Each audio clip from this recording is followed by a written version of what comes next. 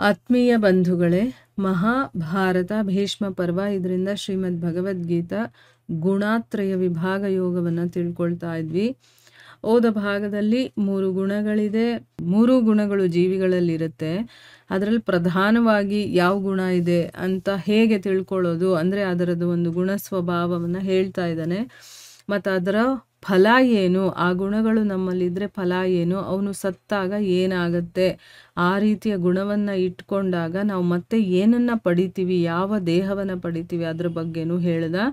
ಮತ್ತು ಯಾವ ಗುಣದ ಫಲ ಏನು ಅಂದರೆ ಈಗ ಸತ್ವಗುಣದ ಫಲ ಏನು, ಜ್ಞಾನ ಉತ್ಪತ್ತಿ ಆಗುತ್ತೆ. ಅದರಿಂದ ರಜೋಗುಣ ಇದ್ದರೆ ನಮಗೆ ಲೋಭ ಇರುತ್ತೆ, ತಮೋಗುಣ ಇದ್ದರೆ ನಮಗೆ ಮೋಹ ಅಜ್ಞಾನ ಅನ್ನೋದಿರುತ್ತೆ ಅಂತ ತಿಳ್ಕೊಂಡ್ವಿ. ಈಗ ಮುಂದುವರೆದು ಹೇಳ್ತಾನೆ, ಸತ್ವಗುಣದಲ್ಲಿ ಯಾರು ಸ್ಥಿತನಾಗಿರ್ತಾನೋ ಅಂಥ ಮನುಷ್ಯ ಸತ್ತ ಮೇಲೆ ಏನಾಗುತ್ತೆ, ಅವನಿಗೆ ಸ್ವರ್ಗಾದಿ ಉನ್ನತ ಲೋಕಗಳಿಗೆ ಅವರು ಹೋಗ್ತಾರೆ. ರಜೋಗುಣದಲ್ಲಿ ಯಾರು ಸ್ಥಿತರಾಗಿರ್ತಾರೋ ಅಂಥ ರಾಜಸ ಪುರುಷರು ಮಧ್ಯದಲ್ಲಿ ಅಂದರೆ ಮನುಷ್ಯ ಲೋಕದಲ್ಲೇ ಇರ್ತಾರೆ. ಮತ್ತು ತಮೋಗುಣದ ಕಾರ್ಯರೂಪವಾದ ತಮೋಗುಣದಲ್ಲಿರುವಂಥವ್ರು ಏನು ಕೆಲಸಗಳನ್ನು ಮಾಡ್ತಾರೆ, ಯಾವ ರೀತಿಯ ಕೆಲಸಗಳನ್ನು ಮಾಡ್ತಾರೆ ಅಂತಂದರೆ ನಿದ್ರೆ, ಪ್ರಮಾದ, ಆಲಸ್ಯ ಇದರಲ್ಲೇ ಮುಳುಗಿ ಯಾರು ಇರ್ತಾರೋ ಅಂಥ ತಾಮಸ ಪುರುಷರು ಅಧೋಗತಿಯನ್ನು ಅಂದರೆ ಕೀಟ, ಪಶು ಇಂಥ ನೀಚ ಯೋನಿಗಳನ್ನು ಅಥವಾ ನರಕಗಳನ್ನು ಕೂಡ ಪಡಿತಾರೆ ಅಂತ ಹೇಳಿದ್ದಾರೆ.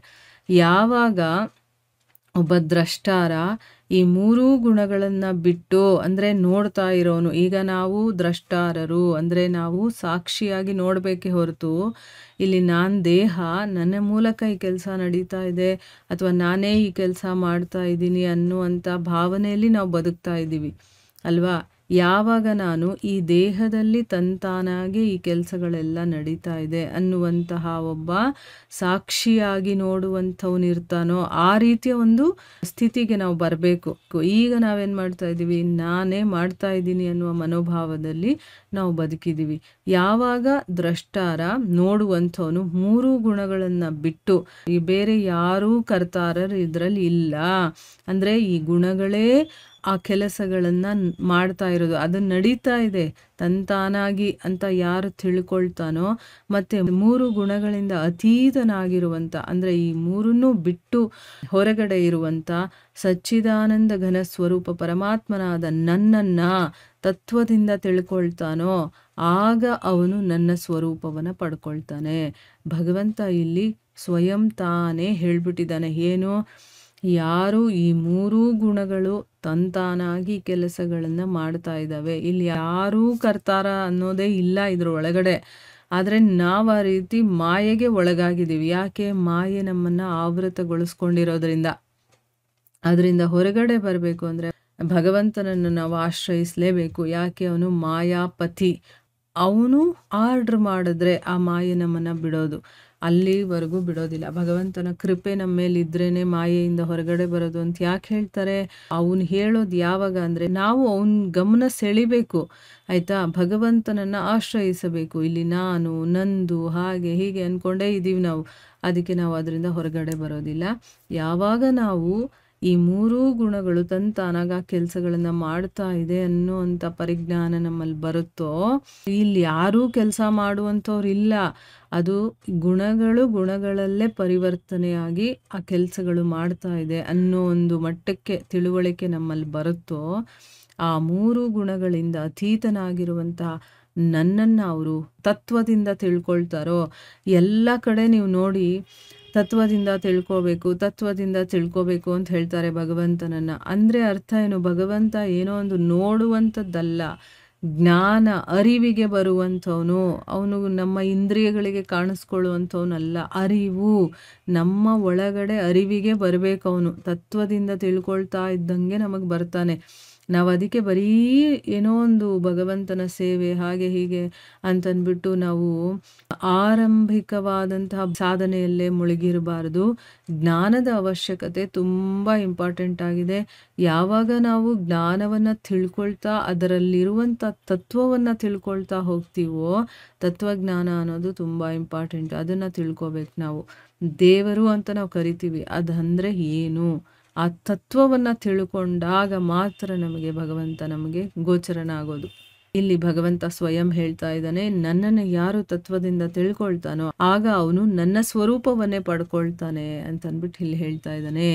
ಈ ಪುರುಷ ಇದಾನಲ್ಲ, ಅವನು ಸ್ಥೂಲ ಶರೀರದ ಉತ್ಪತ್ತಿಯ ಕಾರಣ ರೂಪ. ಅಂದ್ರೆ ಏನು?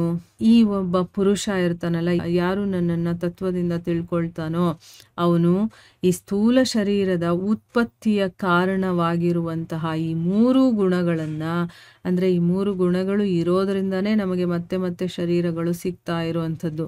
ಅದಕ್ಕೋಸ್ಕರನೇ ಒಬ್ಬ ಮನುಷ್ಯ ಈ ಒಂದು ಶರೀರ ಉತ್ಪತ್ತಿಗೆ ಕಾರಣವಾಗಿರುವಂಥ ಈ 3 ಗುಣಗಳನ್ನ ಉಲ್ಲಂಘನೆ ಮಾಡಿ ಜನ್ಮ ಮೃತ್ಯು ಜರ ವ್ಯಾಧಿ ಅಂತ ಹೇಳ್ತೀವಲ್ವಾ, ಅಂದ್ರೆ ಜನ್ಮ ಮೃತ್ಯು ವೃದ್ಧಾವಸ್ಥೆ ಬರುತ್ತಲ್ಲ ಅದು, ಮತ್ತೆ ಎಲ್ಲ ರೀತಿಯ ದುಃಖಗಳಿಂದ ಮುಕ್ತನಾಗಿ ಪರಮಾನಂದವನ್ನ ಪಡಿತಾನೆ.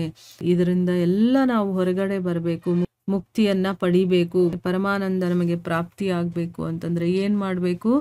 ಈ 3 ಗುಣಗಳಾಗಿ ವರ್ತನೆ ಮಾಡ್ತಾ ಇದೆ. ಇಲ್ಲಿ ಯಾರು ಕರ್ತಾರ ಅನ್ನೋದಿಲ್ಲ ಅನ್ನೋದು ನಮ್ಮ ತಿಳುವಳಿಕೆಗೆ ಬರಬೇಕು. ಮತ್ತೆ ಭಗವಂತನನ್ನ ತತ್ವದಿಂದ ನಾವು ತಿಳ್ಕೋಬೇಕು, ಆಗ ಮಾತ್ರ ಇದು ಸಾಧ್ಯ ಆಗೋದು. ಈ ಶರೀರಕ್ಕೆ ಕಾರಣ ಈ 3 ಗುಣಗಳು. ಈ 3 ಗುಣಗಳನ್ನ ಮೀರಿ ಹೋಗ್ಬಿಟ್ರೆ ನಮಗೆ ಈ ಶರೀರ ಅನ್ನೋದೇ ಸಿಗೋದಿಲ್ಲ. ಇಷ್ಟೇ ಸಿಂಪಲ್ ಆಗಿದೆ. ಆದರೆ ಇದು ಅರ್ಥ ಆಗ್ಬೇಕಂದ್ರೆ ನಾವು ಎಷ್ಟೆಲ್ಲ ಸಾಧನೆ ಮಾಡಿ, ಎಷ್ಟೆಲ್ಲ ಸರ್ಕಸ್ ಮಾಡಿ ಇಲ್ಲಿಗೆ ಬಂದಿರ್ತೀವಿ ಅಲ್ವಾ. ಇದು ಒಂದು ಅರ್ಥ ಆಗ್ಬಿಡ್ತು ಅಂತಂದರೆ ನಮ್ಮಲ್ಲಿ ಯಾವುದೇ ಲೋಭ ಮೋಹ ಇಂಥವೆಲ್ಲ ಯಾವುದೂ ಇರೋದಿಲ್ಲ. ಯಾಕಂದರೆ ಇಲ್ಲಿ ನಾನು ಅನ್ನೋದೇ ಇಲ್ಲ. ನಾನು ಮಾಡ್ತಾ ಇದ್ದೀನಿ ಅಂದರೆ ನಾನು ಯಾರು ಅಂತ ಹುಡುಕಿದಾಗ ನಮಗೆ ಗೊತ್ತಾಗದೆ ಇದು ಶರೀರ, ಇದು ಇಂದ್ರಿಯಗಳು, ಇದು ಮನಸ್ಸು, ಬುದ್ಧಿ, ಅಹಂಕಾರ, ಇವೆಲ್ಲ ಅಂತಃಕರಣಗಳು. ನಾನು ಅನ್ನೋದು ಏನಿದೆ ಇದರಲ್ಲಿ, ಆ ಚೈತನ್ಯ, ಅದು ಕೂಡ ಭಗವಂತ ಇದರಲ್ಲಿ ಕೊಟ್ಟಿರುವಂಥದ್ದು. ಆ ಚೈತನ್ಯ ಇರೋದ್ರಿಂದ ಅದು ಕೂತ್ಕೊಂಡು ನೋಡ್ಬೇಕಷ್ಟೇ ಹೊರತು ನಾನು ಚೈತನ್ಯ ಅನ್ನೋದನ್ನ ಮರೆತುಬಿಟ್ಟು ಈ ದೇಹನೇ ನಾನು ಅಂತ ತಿಳ್ಕೊಂಡಿರೋದ್ರಿಂದ ಇಷ್ಟೆಲ್ಲ ಆಗ್ತಾ ಇದೆ. ಅದಕ್ಕೆ ಇದರಿಂದ ಹೊರಗಡೆ ಬರಬೇಕು ಅಂದರೆ ಮೊದಲು ಈ 3 ಗುಣಗಳ ಬಗ್ಗೆ ನಾವು ತಿಳ್ಕೋಬೇಕು. ಅದು ಹೇಗೆ ಕೆಲಸ ಮಾಡ್ತಾ ಇದೆ ಅಂತ ನೋಡಬೇಕೇ ಹೊರತು ನಾನೇ ಕೆಲಸ ಮಾಡ್ತಾ ಇದ್ದೀನಿ ಅಂತ ಅಲ್ಲಿ ಬರಬಾರ್ದು. ಆಮೇಲೆ ತತ್ವದಿಂದ ಭಗವಂತನನ್ನು ತಿಳ್ಕೊಂಡಾಗ ನಮಗೆ ಈ ಎಲ್ಲ ದುಃಖ ದುಮ್ಮಾನಗಳು, ಜನ್ಮ ಮೃತ್ಯು ಜರ ವ್ಯಾಧಿ ಅಂತ ನಾವೇನೆಲ್ಲ ಕರಿತೀವೋ ಅದರೆಲ್ಲದರಿಂದ ನಾವು ಮುಕ್ತರಾಗಿ ಪರಮಾನಂದವನ್ನು ಪಡಿತೀವಿ ಅಂತಂದ್ಬಿಟ್ಟು ಇಲ್ಲಿ ಭಗವಂತ ವಿವರವಾಗಿ ಗುಣಗಳ ಬಗ್ಗೆ ಹೇಳಿದ್ದಾನೆ. ಸೊ ಇಲ್ಲಿಗೆ ನಾವು ನಿಲ್ಲಿಸೋಣ. ಹರೇ ಕೃಷ್ಣ.